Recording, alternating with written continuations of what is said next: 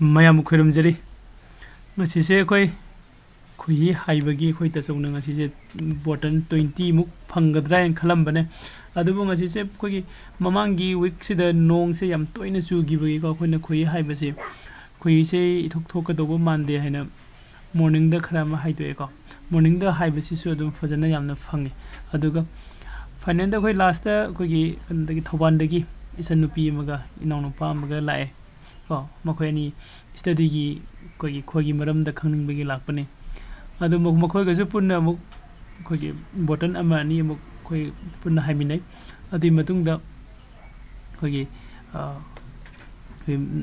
khara family ama sumung lae ko aduga punna khoi myam khoi se ngasi punna khoi bottle phanam jamai masing thiu tere ko more than 10 bottles hena ngasi se khoi high ko ado sai khoi na khoi high gi bagi sigi morning gi nataba evening da high gi ba portion se ka khoi saruk se khoi punna jengmina se ko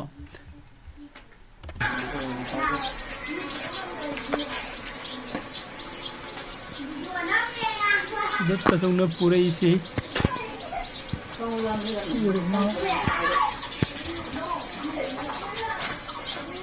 khoi yam jaw budi na te ko nam jaram ni button anni khare hen bagi sang na sum jaram ni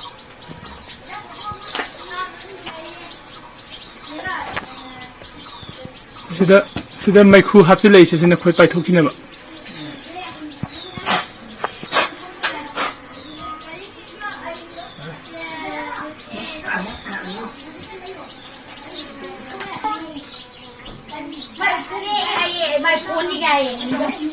koi thoban dagi lakpa isan nupi duga mama pa duga makhoi ani da jen hin bagi oina tawani video se ko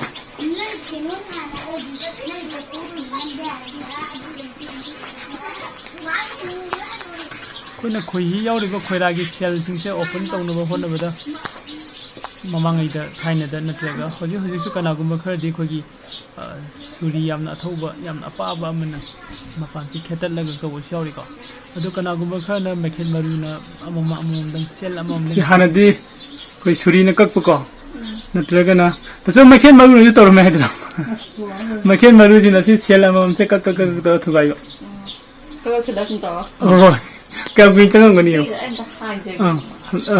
amma hapse laga na mama tu di ko khai wale koi khoihee aseng ba pamba hansing leidana ko pure pamba do adu laga si deidum lowe sumaina box dei lok thole dana bi box tagi aduga sida hapaga masana ungjeraga na the filter tawraganda button da haba pugi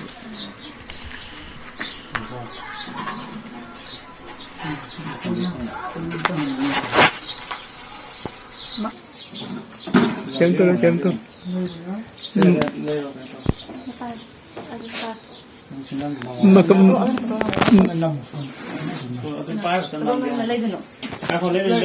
Enti ko wasilai.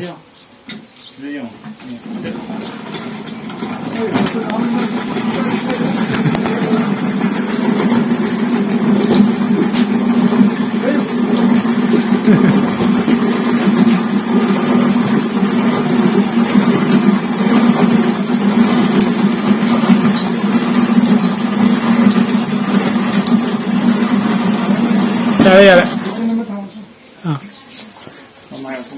Sigi Canada. Taragana. Sato ga sar on laito. Ndu kholo to. Tang khai ma tarami tang khai ma tarangi ro. Yale. Ini songi so. Atu so to.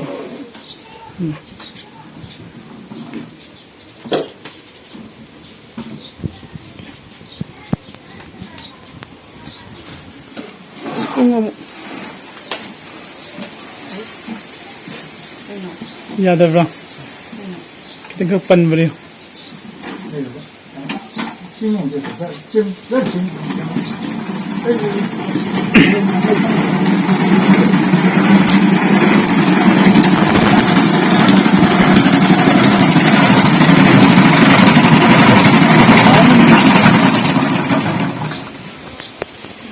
ยังมาทั้งกันเลยยังมาไลท์โอ้ยเดี๋ยวเราอีกเรื่องยังนี่หรอกยังใส่ข้างเดียวจินข้าวจินข้าวจินงั้นใช้ตัวก็เวทแค่นั้นกันนี่ยังมาทั้งกันเลยยังเด็กก็ทั้งวันบางท่าท่าลงสิไปต่อคุยจบกันลุมตักตอนจัดเลยป่ะคุยจบกูเช่นุ่มคุยดูสิไปซื้อยาวเลยตัวเลยเนี่ยยังมาซื้อยังมาทรานสเปนหน่อยเฉยแต่น้องมึงฮัลโหลน้าไม่มิงขังกันดิแกบิชวจิตคุยกันจะมีอัมไพร์เลยก็มันนัก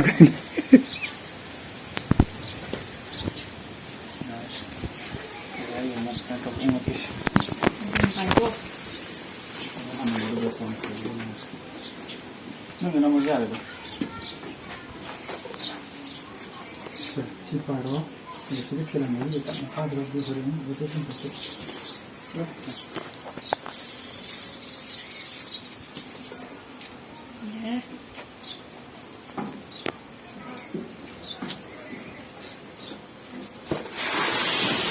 มาขาดไปเอามาสมเด็จเห็นแต่น้ำยางกันนี่แต่หอด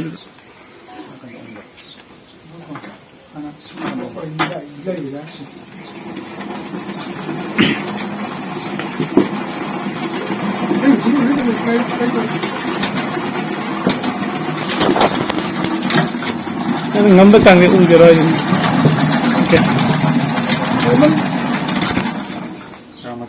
ยังมาทางเขาเท่ากันตั้งค่ายไม่ยาวอย่างนี้ตั้งค่ายไม่ยาวทำไมเลยแค่ยาวดีกว่าอันนั้นอุ้งตัวอย่างนี้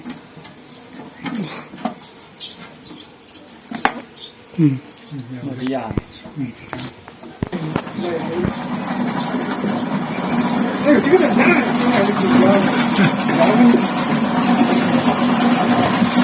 คุยมาก่อนสรุปให้ได้คุยมาก่อน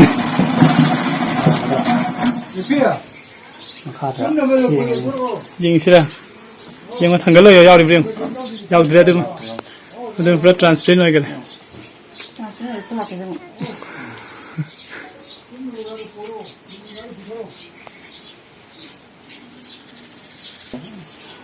สิกตัวเลยหรอน้ำมันจังสิเล่นน้ำโอ้หางตัวเองสิงห์สายอุกินี่บ่โอ้ยสิดำยาไหมโอ้ว้า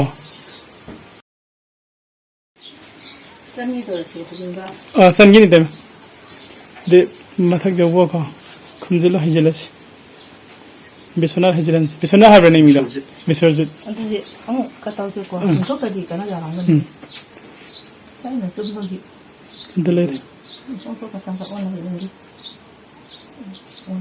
นั่นแต่สิ่งที่ตัวจักรตัวฉันนี่เต็มใช่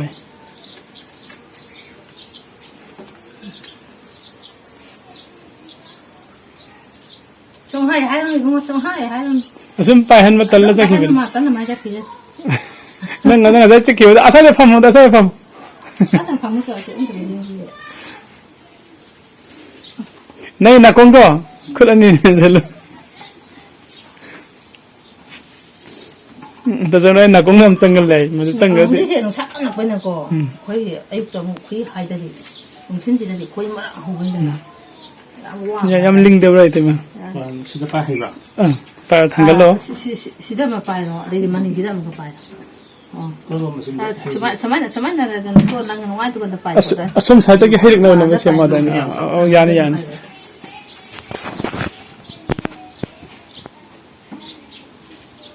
ทำไมทำไมให้นั่งหน้าพาราแคมให้ตัวไอ้มือให้ใส่ตั้งยาวกันเด้อคุยยังไม่ต่อตาฉันพี่จะมาทุกตัวไม่ใช่ค่ะพี่ครับที่จะไปสุดทำไม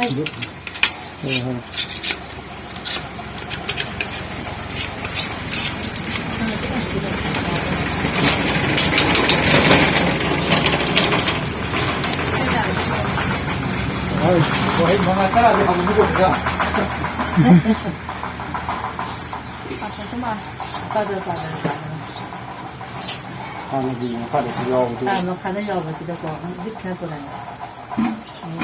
Itu masa masalah dengan patron.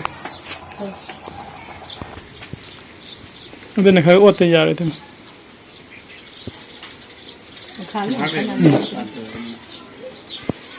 Mama kan tu bayar boleh. Saya mama tu bayar jauh dari. Kau ilo gak mana nak mama tu betul dah orang tenda je. Mama itu baju ngasai kan tu. Siang sing tu cover lain tu sing tu. Ada nak cover tu sila mesin kui se pamjin mai sang sing kan tu magi. Jadi kan tu. Oh, nang mai sang tu kami henjil. Ada. Mina sida khoihee chini phamme moise asengmun na te ka haib yaw nei do si khoihee sin pura ga na jum da thamo sin da bi thamo bo kuya thama ka no di ma adum phamjil la kani sini ola kani se pura pure aseng mena se nu ure da na no yo khai ka anda du hai ni ba sida hai lo do ngi ngas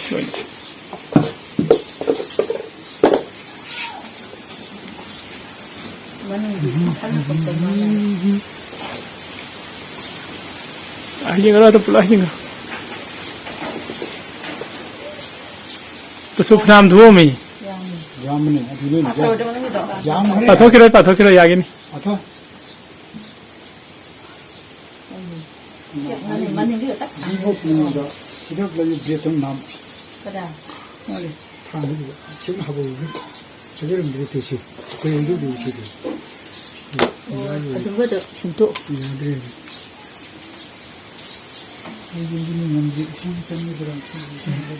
Ya ada? Ada ni ising haji lah tu kau. Sudah ring sama saya. Tuh sama kan sama studi. Sama saya. Aduh, tahu aja. Itu dia kau. Tin pam. Pek dalam meh ngasih di. Asyik mama jual tu dia kau. Tin pam. Ini kan. Jadi sih. Aja kita hab. Nanti siapa hab kau. Ni nak mana? Apa tu? Lai selfie. Apa yang ni tu? Đây là mẹ khăn cái sau sau rồi. Botol kya na pulai masing thiram de. Si khoila lo bula ki mo gi. Ya.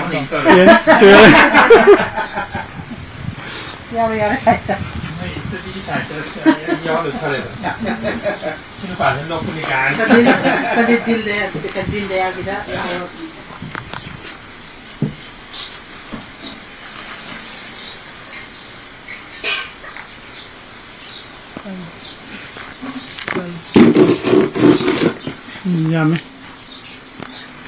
Ini botol tara hundoi ka tan. Silo mo tong ni kya ni ang lo pe. Tama.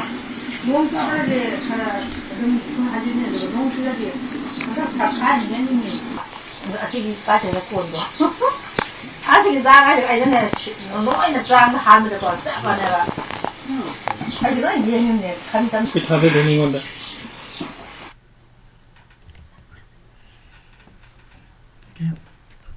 Si khogi louba lakpiramba aduga khogi thobandagi sannupi ko deidi naunupa khogi sir madam lakpiramba sibu haininga leitan thagachari mathangsu lakpiyo handaki week sima khoi nong chu dragadi sunday numita khoi amukam halaga khoi haiba yabagi chance phangani ko kanagumba asengba khoi lobining basing sunday numita hariba khogi khoihee jog iba khogi tasau bajabigi magi sport sida visit obiyo.